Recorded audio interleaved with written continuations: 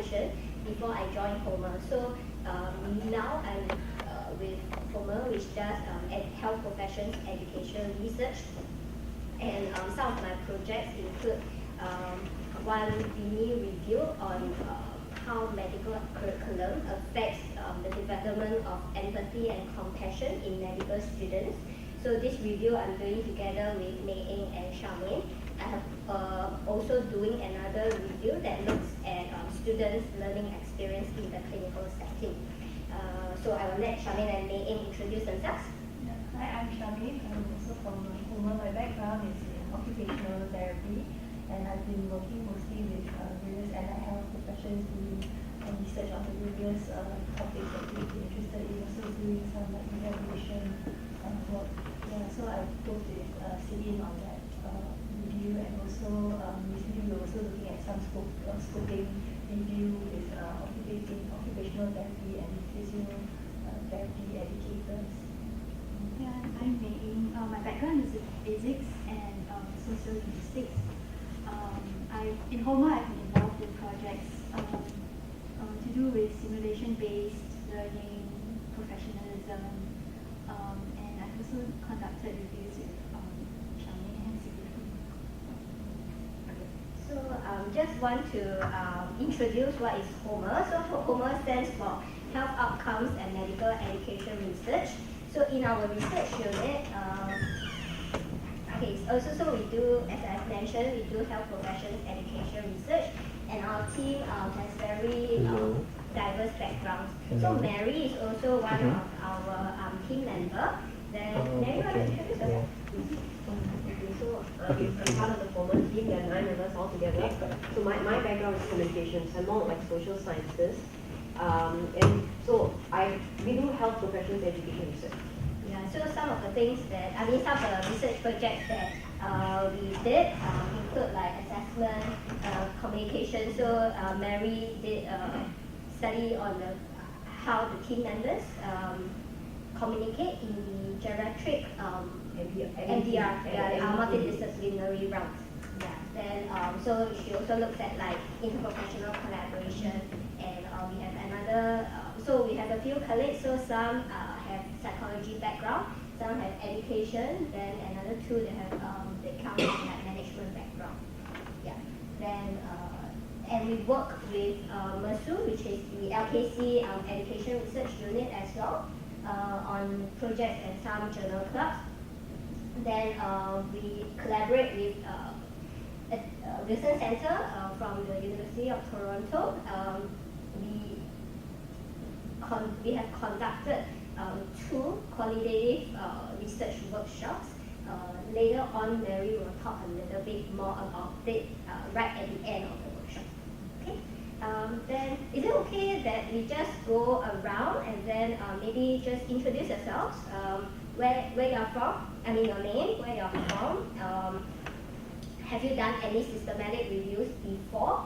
And what do you hope to learn from this workshop? So at least we have some idea of like the things that you want to know. Yeah, so maybe we start from here. Oh wow, I thought I looked down and you didn't call me. Hi, I'm Ruth Cho from the Control School of Medicine. I work in education management.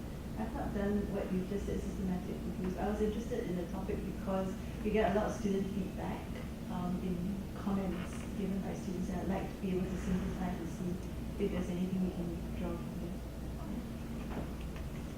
Hi, I'm Sundus. I'm from Ontario. I am a teaching fellow in public health, and I teach a course called Health Systems Development.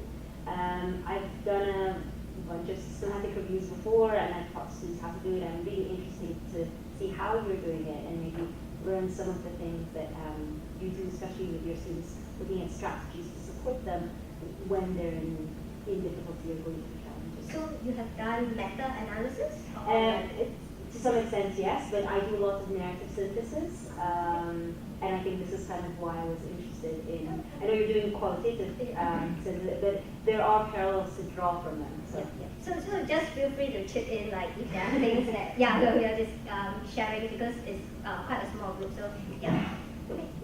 So my name is Katie from Green. I do some of the faculty development for educational research, some clinicians at Imperial. part of MERI, which is our educational research unit. I've done one narrative synthesis. It was around educational interventions that support compassion. So we should share that very. And but yeah, I wanted to teach some of our students to do both pragmatic and sort of systematic narrative syntheses of the literature. So I'm here to learn. My name is Charmaine. I'm also from Imperial College London. My background is pharmacologist, and I have published systematic reviews of meta-analyses, so I know a little bit about it. I'm not going to say I'm particularly well versed, but I'm currently doing my master's in education, where I'm learning about qualitative data synthesis, and so this is something maybe it's an area I'm very familiar with, and it's I'd love to learn from your experience. Yeah, hi. My name is Niang. I'm from the School of Humanities at NTU. A linguist by training. Went to different sorts of linguistic areas. Started off with grammaticalization and then corpus linguistics, which is very quantitative. So I learned that I could play with numbers and make it seem right. So I got out of that, and then I went to conversation analysis, which is very quantitative. And now I'm looking at documentation interaction using CA. So I'm not sure what systematic review means, but I'm here to see. So my name is Kim Tia. I'm a master's student in the School of Humanities at NTU. So working with Prof. Ming as well. My thesis, I'm actually looking at submitted patient data using computational analysis, and I'm here to firstly know more about Homodas, and secondly to understand more about other qualitative methods. Hello, I'm Han Jin, working in NTU as a research fellow, and I just finished my PhD as a sports and exercise psychology. And I have a background in systemic review, but I think I'm still new guys. Now why I'm here is interested in the people who are working on I'm Kevin. I work in pharma in Astellas, handling oncology and urology in the medical affairs department. So I'm also doing my PhD at NIE, focusing on decision-making process in healthcare innovation adoption. So hopefully I can learn something to integrate all into my work in medical affairs. I mean, I'm very, I don't know much. I mean, they are my colleagues, I hear it all the time, but I still don't understand it. The only kind of reviews I've ever done is literature review. I'm Johnson from Thematic. I'm ophthalmology lead for LKC, and something that I'm not really familiar with all this qualitative analysis and research. Because as doctors are training, we learn to look at numbers. We then look at very quantitative research. We look at p-value, we look at high value, high square, whatever. But when we come to qualitative analysis, a different world altogether. Ophthalmology is it? Yes, that's right. Yeah. You're collecting from ophthalmology to analytics. I'm not saying more than this. It's money. It's money. Yeah, so something that very empowering to me. Okay, sure. So I think I heard that some of you are more interested in looking at how to analyze data qualitatively. So before I show you like the outline of the things that we are going to cover, just want to clarify that what we are going to share today is going to be how do we synthesize primary studies. So we are not going to talk anything about how to conduct focus groups, how to conduct interviews, because those are primary qualitative research, but we are looking at, so this is more like secondary research when you look, where you will search the database, look for studies, qualitative studies, and then you will include them and synthesize them, okay? So some learning objectives, like what we hope to achieve is like able to describe the differences between meta-analysis and qualitative evidence synthesis. We'll refer it as QES throughout. Understand why QES are conducted, the overarching principles, some of the differences between aggregative and interpretive QES. There are the two main types of QES. Lastly, appreciate the key stages in thematic analysis approach for QES. So this thematic analysis approach is one of the QES methods because there are a lot of QES methods out there. I will be touching on what are systematic reviews and why do we do QES. Then Charmaine will be covering what is QES. Then Mei Ying will show you an example how to do QES. Okay, so the definition, a systematic review attempts to collate all empirical evidence that fits pre-specified eligibility criteria in order to answer a specific research question. So over here I highlighted pre-specified eligibility criteria as well as specific research question. So for both your meta-analysis as well as your qualitative evidence synthesis, which QES, all will need to have inclusion and exclusion criteria, and you need to define your research question. And so both the quantitative meta-analysis as well as the qualitative, they are all under the BRIC umbrella systematic review. Okay. Then so this is the Cochrane handbook. I'm not sure how many of you are familiar with Cochrane reviews. Yeah, so I think a lot of like the clinicians in the medical field, I think they are very familiar with Cochrane reviews, and they are mostly effectiveness reviews, which are our meta-analysis. So you do all your effect sizes, all the numbers, okay? Then the second category is qualitative evidence synthesis. And Cochrane actually also has a group, so it's the Cochrane Qualitative and Implementation Methods group. Over here, you'll be able to find resources on how to do qualitative evidence synthesis. So if you are interested, later on you can just search for Cochrane Qualitative. It will lead you to the site. Okay. There are many terms that are used by different authors out there to refer to the method, the synthesis method for synthesizing qualitative studies. So one of the terms is qualitative systematic review. Maybe some authors might refer it to qualitative reviews. There are many terms out there. So generally, they refer to systematic review of qualitative research. But over here, it's not to be confused with the term that is that refers to systematic review where meta-analysis is not technically possible.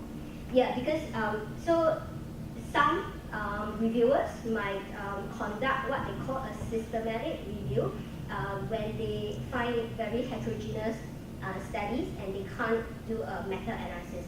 So that group, we are referring more to like narrative or literature review. So it's not considered qualitative systematic review. But Cochrane, so they have a work group like what I showed you just now.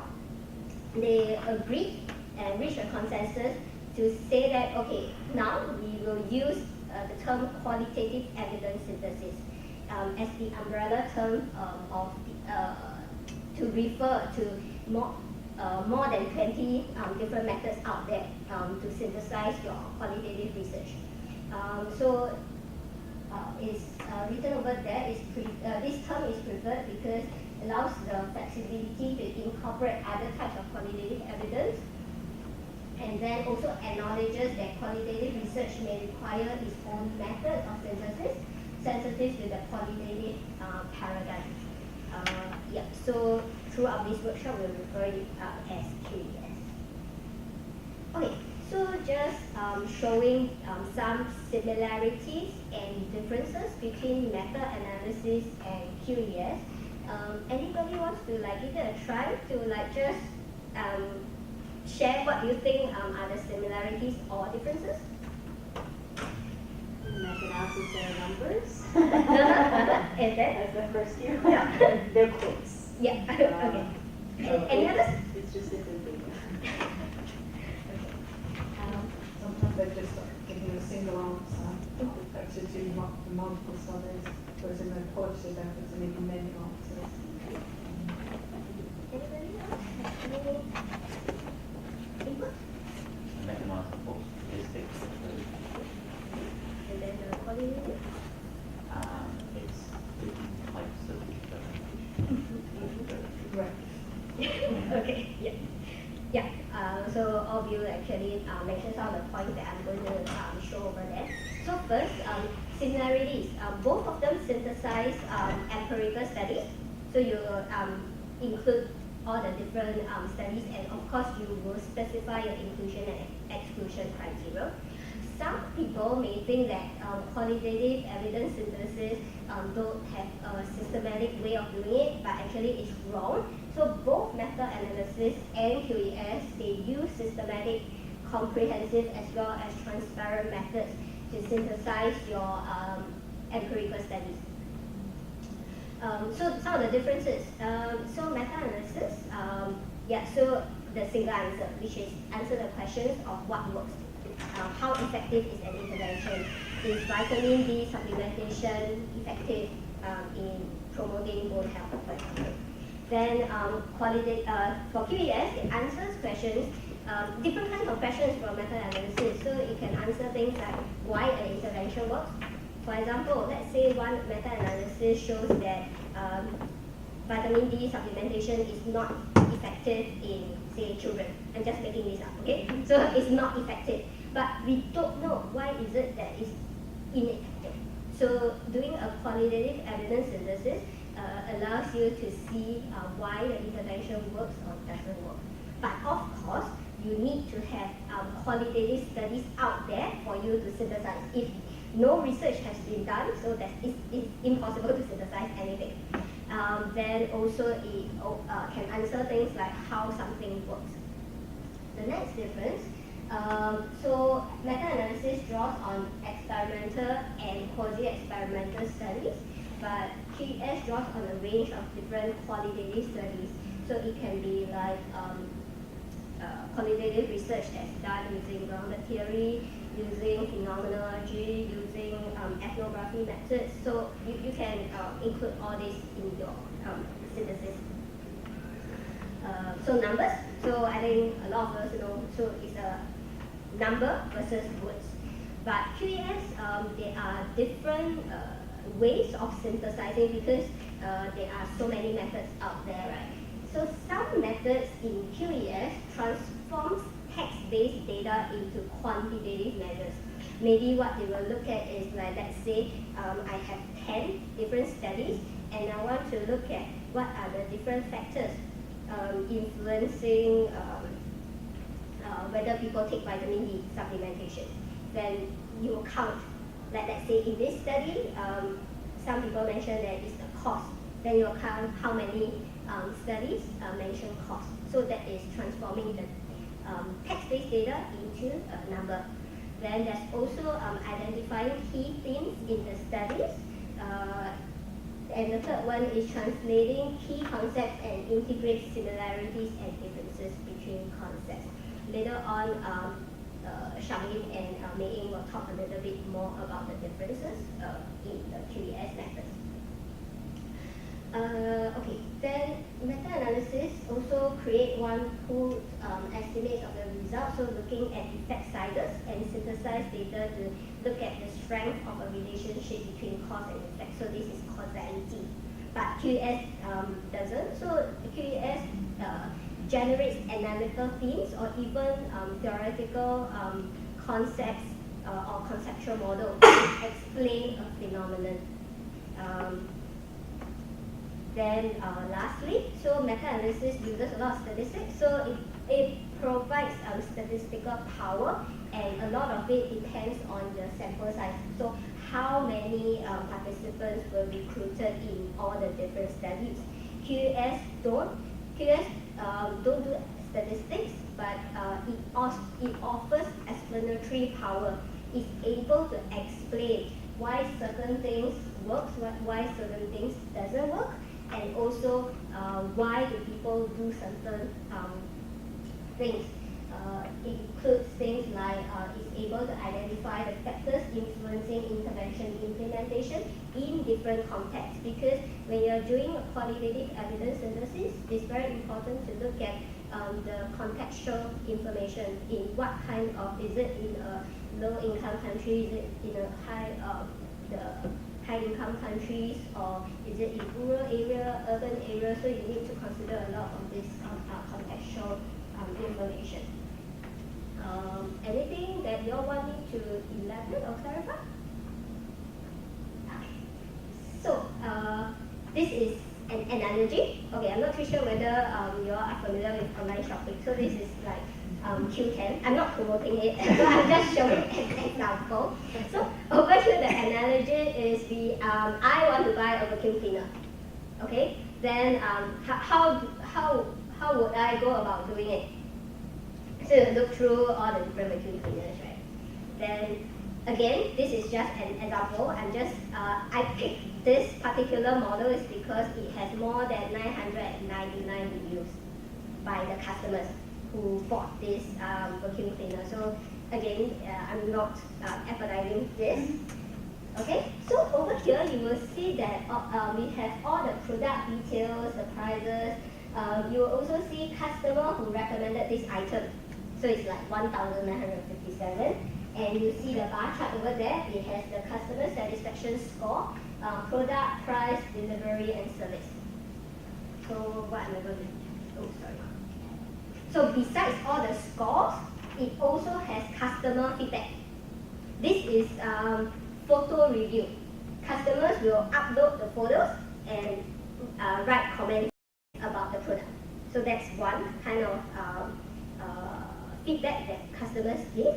There's also just the word, the text comments of what they think the product offers, whether it's good or bad or things like that.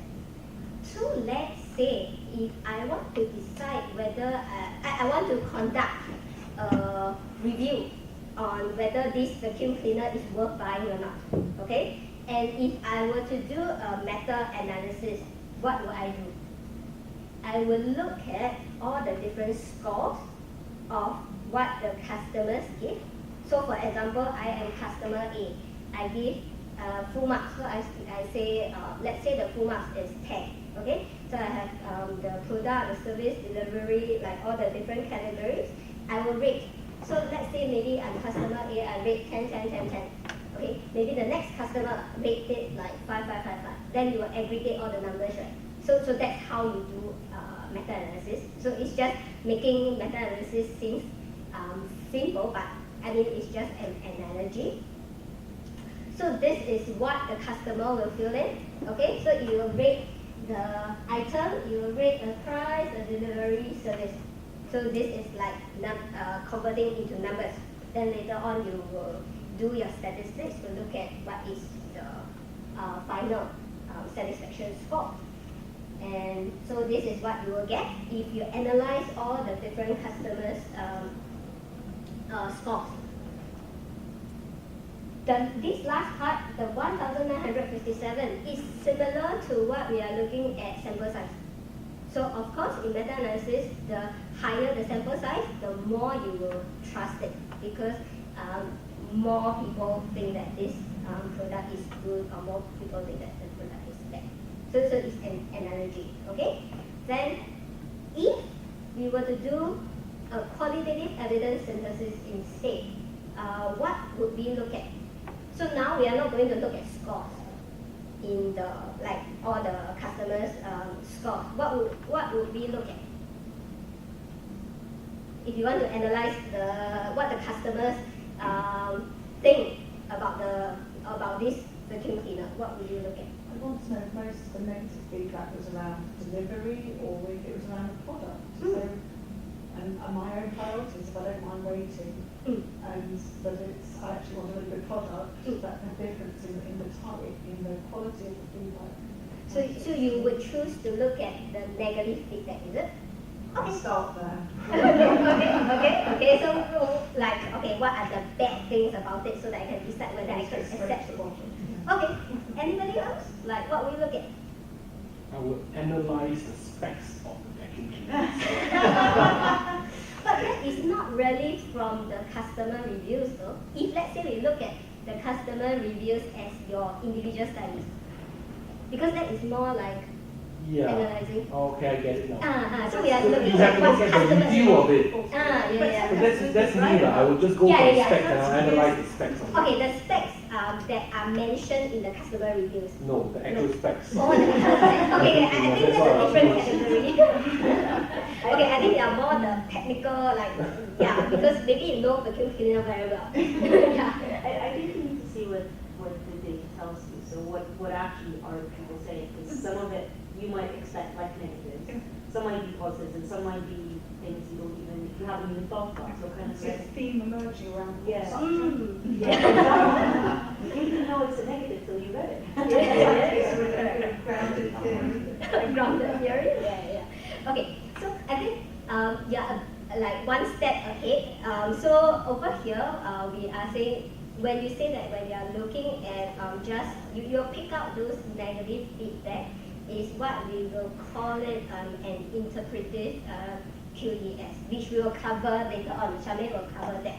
But in general, what we are looking at is you will just look at the words, the comments, and then analyze it and come up with categories and themes. For example, if we look at the first one, it says value for what it's priced like, but you're using it for your car, kind of bulky. So over here, what is the customer review, like referring to? It's more like whether is it worth for the price that you buy. So maybe what you would name it is value for money, something like that. And then if you are doing a QS, you go into the individual comments and then see what is the main thing that the customer is talking about. So what is the main thing that the first one is talking about? So I would say that it's value for money. Another person may say a different thing. So it doesn't matter what. Okay, so let's say I am reviewer A, you are reviewer B. So I will say that we are working on this together. So I say value for money. What will you say for the first one? Size of product. Okay, size of product. Then we have to like discuss and reach a consensus like, okay, what do we think? So you will come up with your explanation of why you think that it is size of product. Then I would argue like, okay, why do I think it's value for money? So after discussion, then we will something a single also possible. Yeah, also possible. Yeah, that's true, because I don't think that the comment would only be one thing. Yes, yeah. Correct. So is it similar concept like embarking analysis or content analysis? Yes. So it is quite similar to how you would do your qualitative study. It's just that qualitative study, your raw data is your what you get from focus group, what you get from interviews. But over here, we are just looking at your articles and then picking out the different themes and categories that the articles saying about the about the study. Okay, what if I come in with an agenda? Okay, we need to say that, okay, sort of regardless of the price, or I have a maybe higher price ceiling, I'm looking for a product that is very handy. So then I've been looking through, trying through the reviews, combing through the reviews, just looking to see if people are commenting if it's bulky or unwieldy or So that's fine too. Okay, am I allowed to start with you can, but research question. Okay. Is this product too bulky for my boots? Okay, so And then you can do a meta-analysis of okay. yes, correct. So a lot of it depends on your research question. Then, okay, Sorry. yes. Could I jump ahead and ask why at that stage you want to create categories of different things? What other stage you call this? What's the stage you call this? You say you want to create categories. One category is value for money. Another category is, let's say, size. Yes. In the first comment, I could even create a third category, which is a type of usages Yes. of this products. As long as your imagination can flow, and you may create like 10 different categories for one comment. So my question is, why are we creating categories at this stage? Okay, so over here we are referring to the generic QES, but QES has many different methods. So there's things like thematic analysis, there's things like method ethnography. Each different method will have its own way of analyzing the data. So it depends on which method that you pick. So this is just like generally how QES is done. So you can pick different methods and follow what that particular method says in the different, what you need to do in different steps.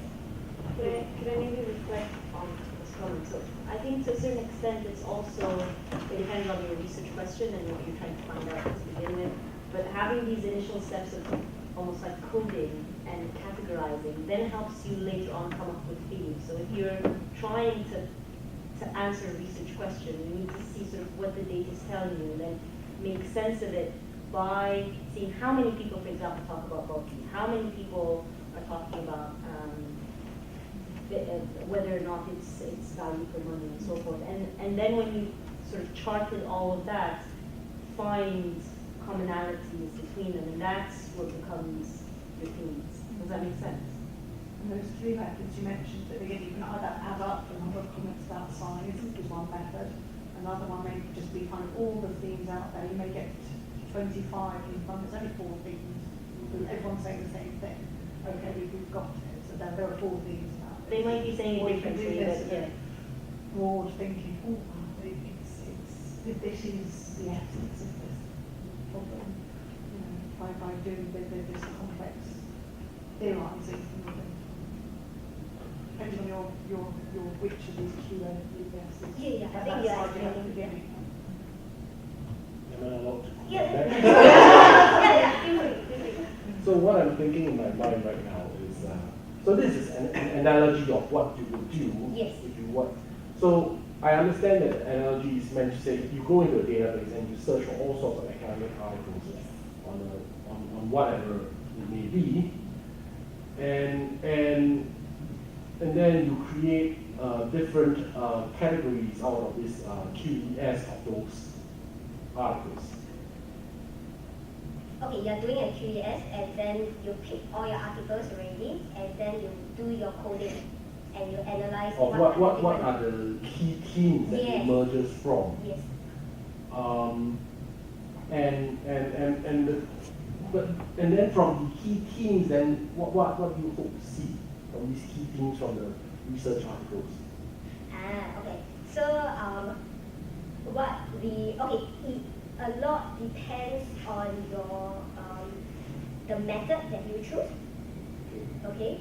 Then so later on we'll be talking about there's the aggregative kind and then there's the interpretive kind. So the aggregative kind, what you aim to do is you search all your articles. Okay. So let's say you want to know what do people think about vitamin D supplementation. Okay. Then you search all the articles. So all these, maybe say 100 articles, talk about what do people think about vitamin D supplementation. And if you do the aggregative kind, then you will look at all the 100, and then you will do your coding. Then you can come up with your categories of themes. But if let's say you want to know something else, let's say you want to know what is it that is stopping people from taking. So maybe what you will do is you don't need to look at all the 100 articles. Maybe out of these 100 articles, maybe like 40 articles talk about like why people are not taking it. And then the articles themselves has very informative, very rich data that tells us like, okay, maybe some of the other underlying things that are stopping people from taking vitamin D. It has like maybe some of these studies has some theoretical explanation as to why people are not taking it. And also maybe some of these articles have some conceptual framework. Then what you will do is you can do an interpretive. And then what you try to do is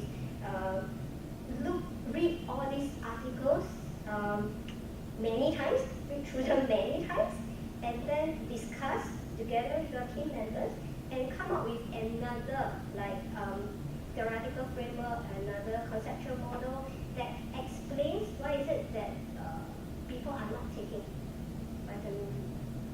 So it a lot depends on, I think a lot depends on your resources, a lot depends on your research question, a lot depends also on the kind of studies that you have found. If your studies that you have found don't have a very rich data, very in-depth understanding, it's quite difficult for you to do like the interpretive kind. Yeah. So I think it doesn't matter whether it's QS or meta-analysis. It seems that the basis of both is number one, you have to suspend judgment of those articles first. Number one. Objectivity and subjectivity. Yeah. Suspend judgment and treat them as all as valid.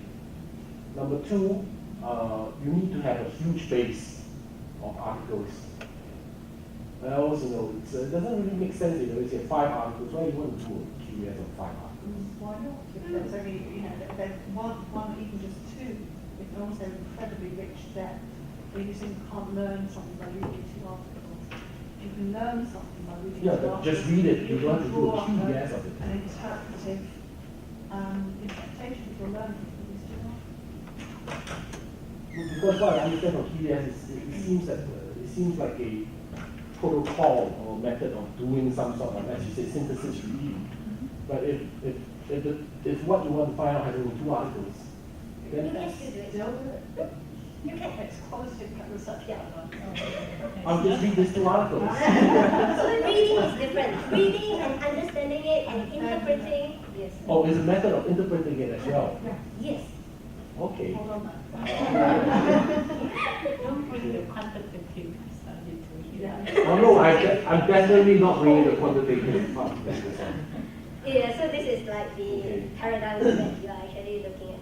So I think if you have done qualitative research, it's about the qualitative research paradigm, like how you look at things. You really don't look at numbers. So there's no requisite number. You don't have to have a minimum. No minimum number. And that's justified. But it's systematic, so you say there are only 2 case studies of this particular phenomenon that have been written in these countries in this time and space. That's fine. If you can actually scope, can you scope? You can't scope because it has to be comprehensive. Can you scope? Yes, you can scope. I'm only These looking are your own at research questions. 5-year-olds only in Southeast Asia, and therefore it only throws up these 20 articles. And you can do quality criteria as well. You can say, well, that there's not enough depth. This one is, there's no validity. This one wasn't totally Chap. Oh, I see. And then, okay, we're going to settle for these because these they are are. 3 good quality articles. I'm going to synthesize those. So then I can, by synthesis, we mean, I don't know, pulling out the essence of, call it. Sort of like a kind of lit spell. Yeah. Systematic way of doing it. Systematic way of doing it. Yeah. It has a name. Yes.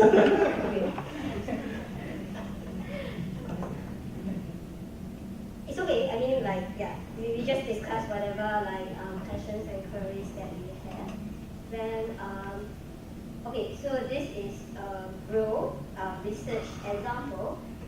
This review looks at, this software review looks at what are the effects of different communication approaches on immunization uptake and parental knowledge about immunization, because what they are what they want to find out is how effective are these different kind of programs, different kind of strategies in improving the uptake of immunization, childhood immunization. That's why they're looking at the parental knowledge as well. So some of the outcomes that they look at are immunization rates, parents' knowledge and understanding of vaccination, parents' involvement in decision making. So these are the kind of outcomes that meta-analysis will look at. So you will look for all the articles and then come up and come up with the effect sizes and how effective are these different kind of interventions are on the different outcomes that you that you want to look at. So some of the information or some of the baseline characteristics that you will include in your meta-analysis are things like the age of parents or age of children, education level, race, socioeconomic position, religion, setting of the study, like where are these parents from? Is it like rural areas, are they living in rural areas or are they living in cities? Baseline vaccination status, individual or group intervention, the duration of the intervention. Sorry, what is that about now? Meta-analysis. It's a quantity. Yes, even meta-analysis. You want to see whether this Like, gets into any of that? So let's say you have all the different studies, then let's say in study 1, it has the age of the parents. And then you want to look at whether the age of parents influence the outcomes, influence whether they take up immunization for their children. Then Could I change your influence to say whether it's correlated? Yeah, it's like when you are doing meta-analysis, you are looking at the causality as well. I think you're looking at correlation. Because correlation doesn't equal. Yeah, correlation is different from causality. So in all of these studies, it is quantitative, usually it's looking at correlation. No, but they are experiments. You can have a directional thing, so if you test, retest with an intervention in the middle. Oh, I It see. shows, yeah. The research context is usually experiments, right? And experiments are usually look for causal relations, right? Yes. So it's kind of like, how to say, like You can check control. for correlations or causality or It really does. It really does depend on also what kind of studies that you include. So with meta-analysis, a lot of the studies will include would be RCTs. RCTs, right? So that would be a cause and effect. So one has two populations, Yeah. one has face-to-face strategies, one has Randomized control trials. and then they'll see is there a difference in immunization rates. Yeah, but even that is correlation, not causation. Because I could have a study that, so this hypothetically, but I think it makes sense. If I have a study to see whether rainy days would decrease people eating ice cream and sunny days would increase people eating ice cream. And I got a result that, yeah, sunny days, It's not an intervention, that's an observational study. but I could calculate, I could take numbers, right? And I get a correlation that sunny days you have more people eating ice cream. But that's not what you're going to be including in your meta-analysis. So you can make saying I only want interventional studies that would just see effective drug A versus placebo, or effective drug B versus effective drug A. So you would actually have to say in terms of restricting, having studies included that just look at causation. It's possible to design. It's possible to design this. Okay, Let's let's get on to that.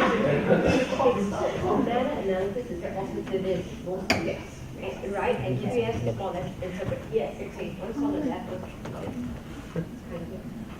I have my own take on this. Yes, never mind. We can discuss further after this. Okay, no problem. We can discuss. Okay, then so what QES can offer is things like, okay, maybe there are studies that look at that why do parents not bringing their children for immunization. So maybe one study, like a few qualitative studies look at, actually it is language barrier. They can't really communicate with the healthcare professionals. So that's an example.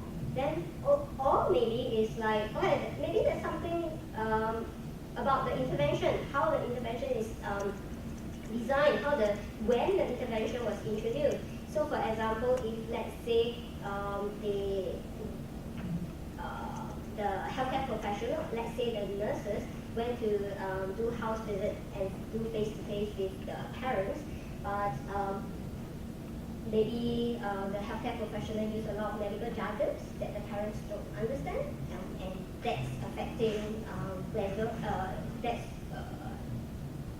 stopping them from taking up vaccination for their children. Then it can also be like maybe something cultural, like say this decision making lies with fathers instead of mothers, and maybe mothers are the ones who accompany the children, who are the ones who bring their children to the clinic for reviews, and the mothers cannot decide because the fathers are not around. So that's why they decided not to actually take it. So qualitative evidence synthesis offers something more in-depth information about why some intervention works, why certain intervention doesn't work. I will pass on to Charmaine, then she will talk about what is QES. I think my sense is that people kind of get the sense what I'm going to talk about actually. So maybe I can run through it a bit quicker. So I think earlier Cindy was talking about the different methods of QES. So we know there are more than 20 methods for doing quantitative evidence synthesis, and then there are also evolving methods for putting both qualitative and quantitative evidence together in mixed method synthesis. So what a qualitative evidence synthesis can offer is it can be explanatory, it can allow iterative searching and discovery. It also helps us to increase our understanding, it helps us to describe or explain phenomena, also can help us to explore meanings that people attach to phenomena, and also help us to identify, select, and interpret data that can be from different perspectives. So now we're just going to go through a few examples. I think you will be able to answer all of these questions very well. So these examples that we're going to do are actually based on published reviews that we found. So it's whether we think or not these questions are suitable to answer using a QES method. So on your tables there are these green and orange slips. So green is if you think yes, you raise up the green slip. His name says everyone just takes one of each color. Yeah, green is yes. Can I write yes and no? Yeah, I thought like traffic light, but I didn't have gray, so that's why I was just green and gray. So each one just takes one of each color. And then if you think the answer to the question is yes, you just raise it up, red and green one. Okay, so the first question, everyone got paper? Okay, so the first question is, what are patients' experiences of chronic non-malignant musculoskeletal pain? So everyone thinks it's green, everyone thinks yes? Yeah, so because it's on experiences, so having a qualitative evidence synthesis would be a suitable method. How about the second one? To evaluate evidence of the effect of antibiotic stewardship on the incidence of infections and colonization with antibiotic-resistant bacteria. Evaluate evidence No? No, I didn't. Okay, so everyone has got orange tips. Very long sentence. Yeah, so it's more a quantitative meta-analysis kind of a study. Okay, and the third question. What helps and/or hinders asthma action plan use from the professionals and patients or carers perspective?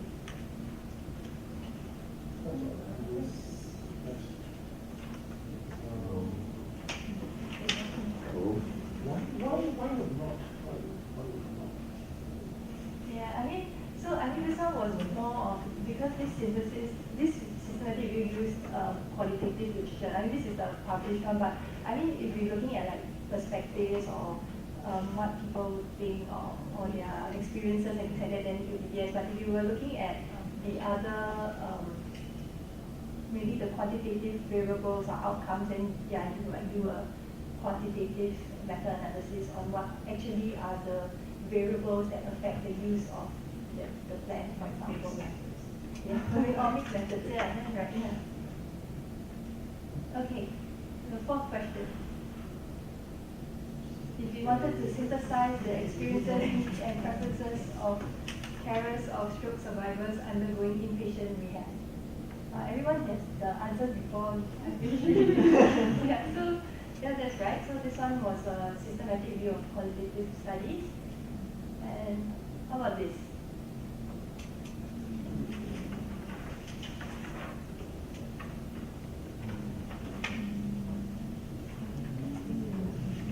You vote? So I mean, if we look at effectiveness, then it will be more of meta analysis kind of a study. How about if we were to identify the most successful strategies to enhance vegetable intake in preschool children? Is it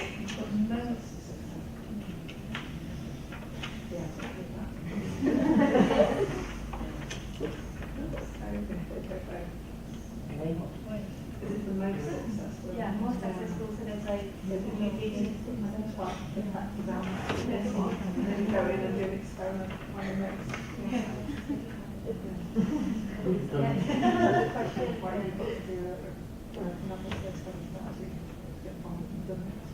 Like how efficacious, right? Yeah, I think there's something about the wording as well. Yeah. Okay, so what are parents and informal caregivers' views and experiences of communication about routine early childhood vaccination? Okay, so I think everyone has got the idea of when you do a 3S and when you won't. Could I ask a question? Go back to that muscle skeletal health question.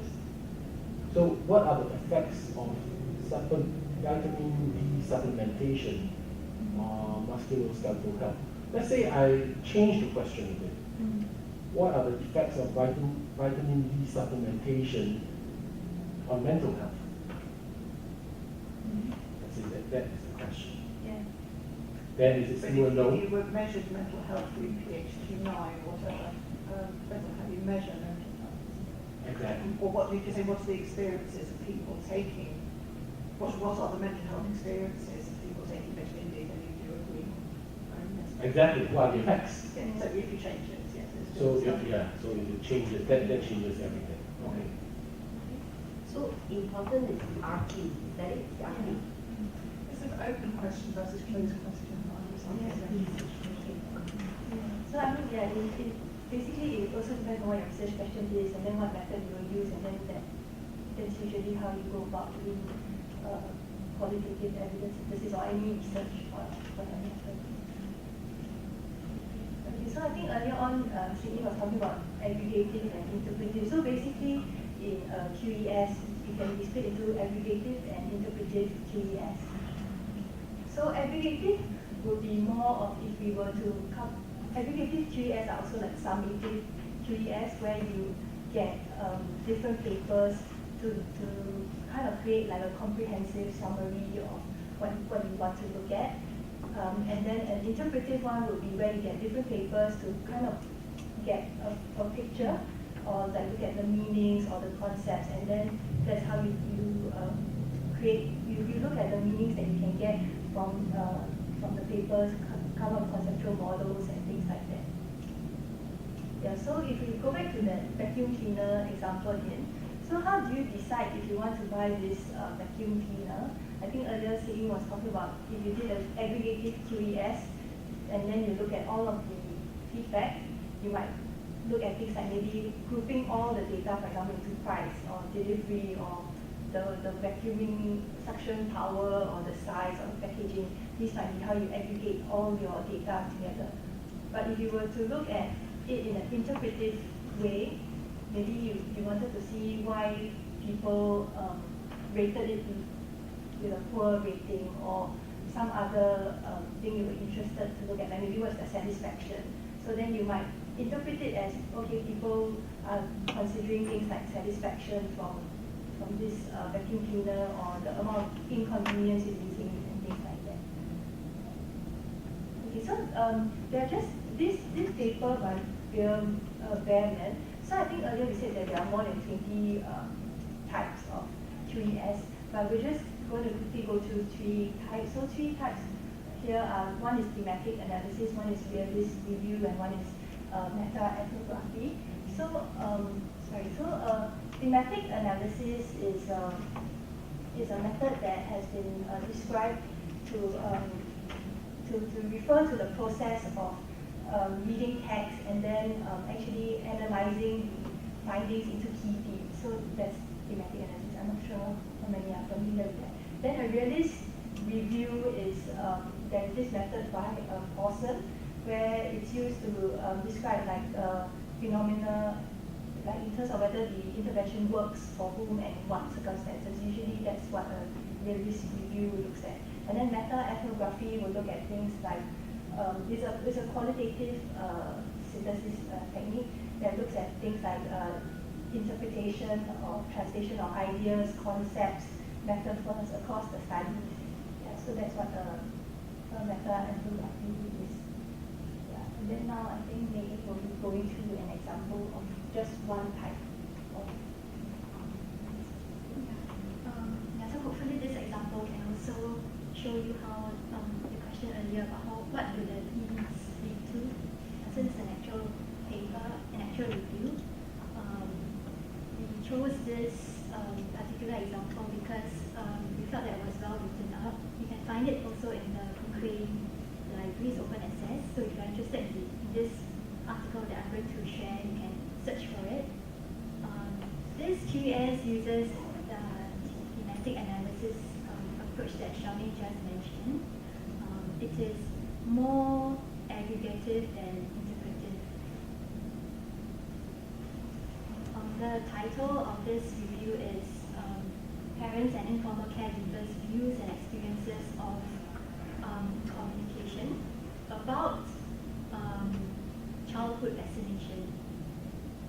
So this study is actually part of a larger, so there's a larger project called Communicate to Vaccinate, exploring views about, exploring communication about vaccination. And in this project, staff have done 3 earlier intervention or effectiveness reviews. Then after that, they conducted this QES to complement, or the findings of this QES were used to help the project team to understand the earlier effectiveness reviews. And SIGIN has used one of the effectiveness review as an example to illustrate how QES can actually complement findings of effectiveness reviews. And this is recently published last year, and it was conducted by 3 reviewers in Norway. So the background to this QES and to the larger project is that children are not getting the recommended or receiving all the recommended vaccination. So this QES aims to identify, to appraise, and to synthesize only qualitative studies. And these qualitative studies need to explore 2 groups of people's views, the parents and informal caregivers' views, and experiences regarding communication about childhood vaccination, and also the influence this communication has on them when they make decisions regarding childhood vaccination. So this is the background and the aim of this review. So what the reviewers did was they conducted a search of 6 databases using guidelines developed by the Cochrane Qualitative Research Methods Group. And then they selected or included studies that fulfilled 3 criteria. Studies that utilize qualitative methods. So if the studies did not use qualitative methods for data collection and analysis, they would exclude these articles. They also included studies that focus on the views and experiences of the 2 groups of people, parents and informal caregivers. And the children need to be below the age of 6.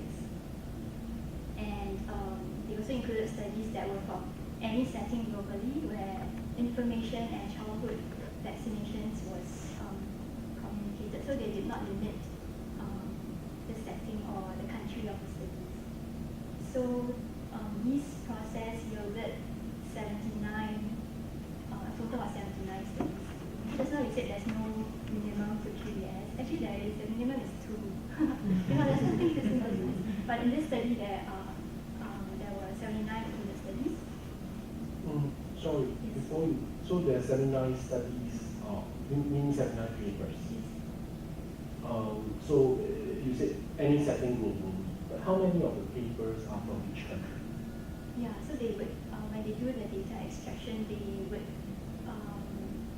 if one of the field they extracted is on the country, then they would have this information.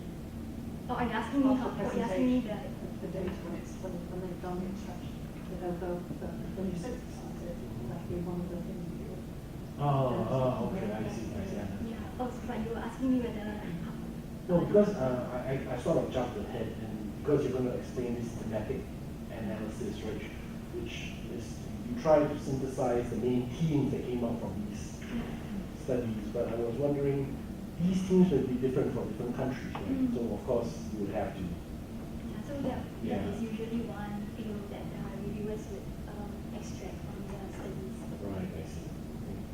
So can I just ask inclusion criteria question? So if let's say based on all these criteria and you realize that actually the search is asking you like 1,000 studies or something, does it mean that you have to analyze all of them as part of the protocol? Yeah, actually if it's 1,000 plus and they all fulfill your included theoretically you have selection to criteria, means analyze all of them. for aggregative QES, yes. I see, but for indicative it's not Not required. necessary. So you can I mean, artificially saturation of data. Right. We have a concept that's called saturation. So I suppose it's either you go for the If there's no more new data coming out after your 20-bit study, you don't continue to do 4,000. Oh, I see. But I think for aggregative they would still include every article that is that fulfills the criteria. It's either you choose to do the interpretive or you just limit, increase the number of, the type of selection criteria and you can limit the studies. For me, it depends on the question itself. So if you are doing a search and you get 10,000 keys, then you might want to go and refine your search strategy. I was going to say, I'm not actually, I'm telling you now, I'm going to read. The other possibility is... Because in quants, you can just take out the digit or digit not held at the end. You can take a number out at the end, fine. But not. Yeah, the other possibility is people are doing those studies are not aware of other people are doing the same studies and people are doing the same studies. Then maybe doing this review would tell people maybe you can stop doing all these studies. Sorry, another related question is, after you do this, of course, you said you want to pull out the teams, right? So I would guess that pulling out the teams actually mean that someone would read the paper, and then someone would say, okay, this paper has these teams. So it's a bit like coding as well, right? So someone would code this paper for these teams. And as we know, there's in terms of coding, a lot of people have to do this intercodal reliability thing. So is that being done as well? This question is like, you happen to have like an example of your code book, like your coding sheet, right? So I imagine like each criteria, it'd be like check. Like how do you conduct this? Right. So you create your own code book, but you create it. So depending on what the relevant themes are to you. So you would have some sort of, this is largely deductive. It's not, this is largely inductive, not deductive in the sense that you're kind of getting to know what is there from the things emerge from the data. Exactly, right? And you sort of, you change as you. You do. So it's Google Docs. You kind of move. Yeah, but then you create more your own.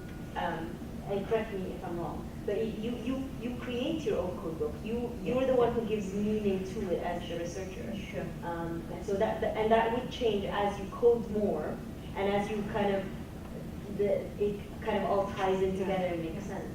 It's very similar to how we do qualitative coding, qualitative studies coding. So similar, right? So it's like there might be a criterion that you've not thought of, and that's the point. And then you sort of, hey guys, let's stick this up. And then things aggregate sometimes as well. So you might have like different codes, but then that kind of maybe becomes a category, and then or a category can kind of branch out, and that's you going through the iterative process. It's like coding lah. It is coding. It's not like coding. It is coding. It's just coding in a qualitative context. Okay, can I clarify? So I think you are right. So technically it is like in the spirit of qualitative research, it is supposed to be inductive. So it is based on this, what the studies mention about the findings. But there are certain approaches in QES, like because we mentioned there are so many, there are 20 to 30 methods out there. There's also some method, for example, there's this that is called framework approach. So this, framework, they might have this. It's more the combination of the two. Then you will do it like deductively. So you start off a bit deductive. You start off a bit deductively. There's such a thing, and then the inductive. Yes. I think so I think you really have to decide what method that you want to use and follow it through. But if let's say there are certain steps that you do it slightly differently from what the method states, then you just need to write it, declare it. Yeah. Correct. So each method, each of the doing methods has its own protocol, and you just kind of follow the protocol. Some lending themselves more to flexibility, right? More emergence than others, right? Okay, got it. So it depends on how comfortable you are with the method that you have chosen to use, and how comfortable you are helps you to decide which method to use as well. So I'll move on. So there were 4 main steps to the data collection and analysis process.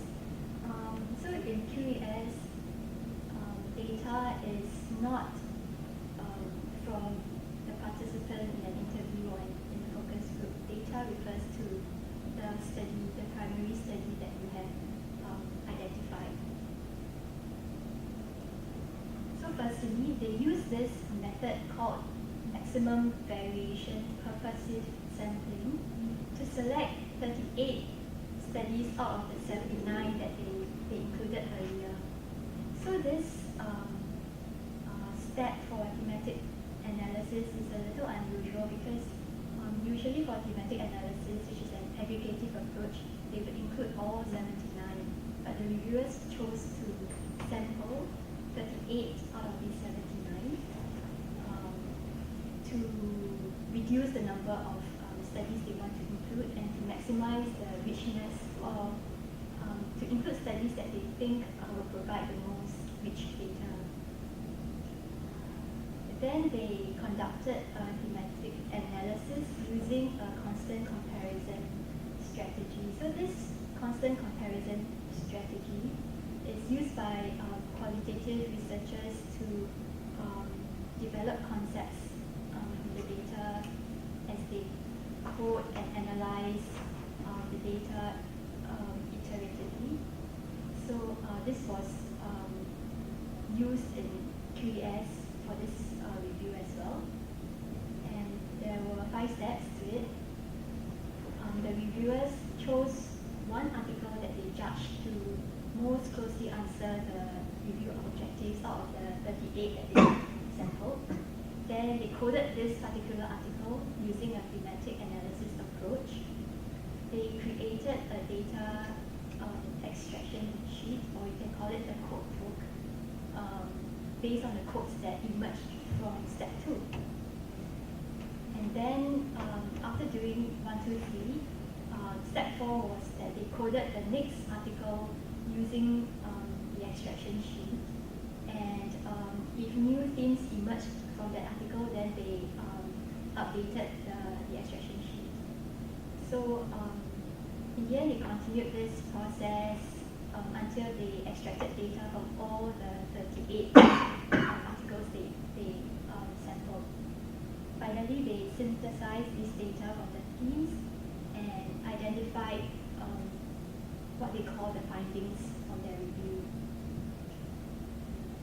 So this whole process resulted in a total of 6 themes and 43 corresponding findings. So an example of a theme that they identified was the timing of vaccination information. So this theme came up from the 38 came up with some of the articles, and a corresponding finding to this theme was that they found parents like to receive information about vaccination before the baby was born. And then they also found the reasons why parents preferred such a timing. So this is an example of a corresponding finding to the timing. Do you have a question? I have a question. Okay. So your corresponding finding, I mean, I'm more familiar with at that stage the finding being a quote, but that doesn't seem to be a quote. That's a synthesis of yeah. many papers, it's not the same thing. Yeah, or synthesis of many quotes. But I have also seen narrative synthesis where they will give all the themes and they'll also give a quote from all the papers. Yeah, I've seen it. But that's a finding and it's wrong. direct quote, so you can actually get synthesized all together and put it as a finding. That's basically the interpretation of the theme. So what is it that that theme sort of told us about? So timing of vaccinations, what is it within that was, yeah.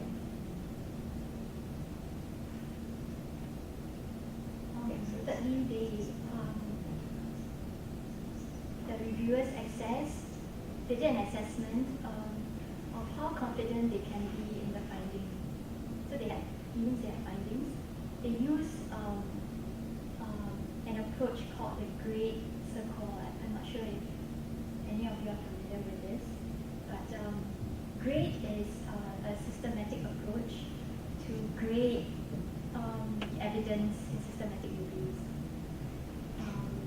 And circle stands for confidence in the evidence from reviews of qualitative research. So grade is more of systematic reviews in general and on meta-analysis, and they developed circle to help us help reviewers assess how confident we can be in the findings that we find. If you are interested to know more about this approach, you can go to the Cochrane website, circle. This is like a rigor metric, right? But A guideline for rigor. Yeah, but not on the individual primary studies, but on the findings. On your research process, is that it? So we would say, well, if there are 10 studies that might be one of the criteria that also find exactly the same thing, that might give you more confidence in the finding. Okay. And there are 4 components to this assessment. So in methodological limitations, we are less confident about the finding if the included or the studies that support this finding are shown to have some problems with their design, the study design, or the study how the study was carried out. Then we would be less confident in that finding. In coherence, we are less confident if the data from the primary studies are actually ambiguous or they contradict the finding that we have. Inadequacy data that you have is not very rich, or it comes from a small quantity of studies or participants. And in relevance,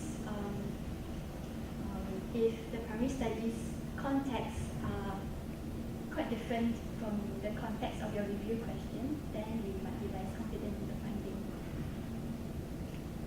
So this table is shows you what the reviewers did.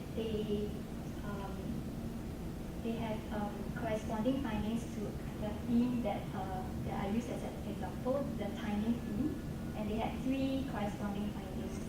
And for each finding, they have a score assessment. Is it very small? Yeah, so if you just look at finding 1, the one about parents wanting to receive information before the baby is born, they actually assess the score confidence as low. And they gave their reasons why, because they had concerns about the methods of the primary studies, and also concerns about the adequacy and relevance of the studies. Can you explain why? They didn't explain. You just have to look back at the definition of what adequacy and relevance were. Yeah, but I read the paper and they didn't explain specifically why, but they gave their judgment. Okay. Yeah, so for every finding, they did this process of assessing their confidence in it. So although they didn't explain specifically what concerns they had, but what is the explanation for assessment column then? Because I think this is the explanation of why they assessed it this way. for they indicated which component they had concerns in, but they didn't explain why they had concerns about that component. Do you trust the authors will not have done the work? But they would have reasons, like they would put all studies as high confidence in the first place, and if they have any concerns, they would downgrade that. Right.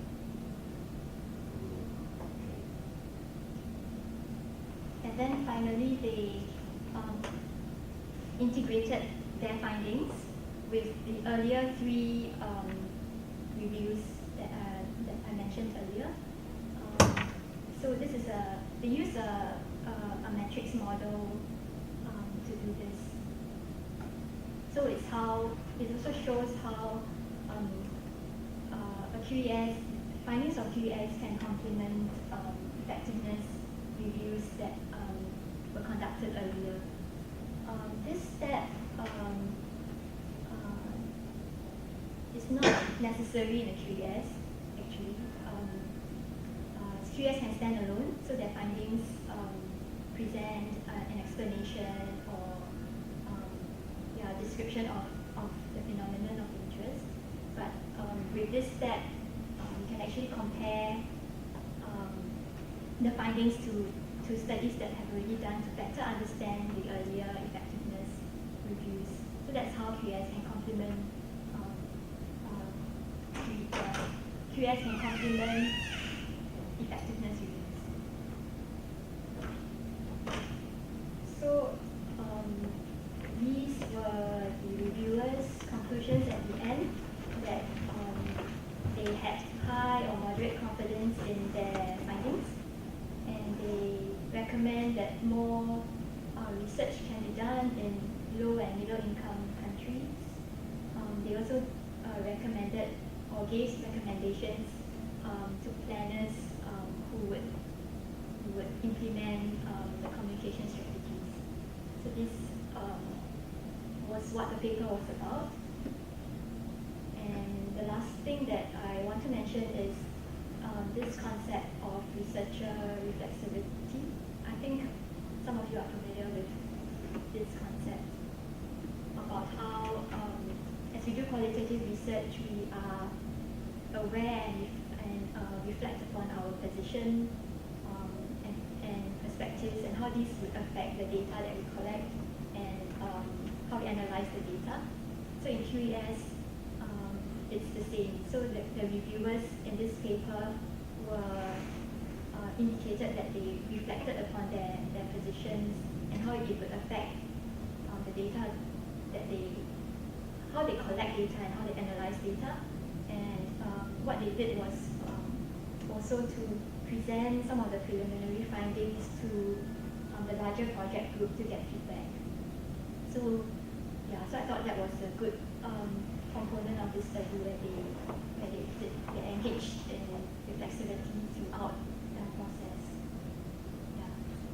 Okay, so we have 4 minutes left.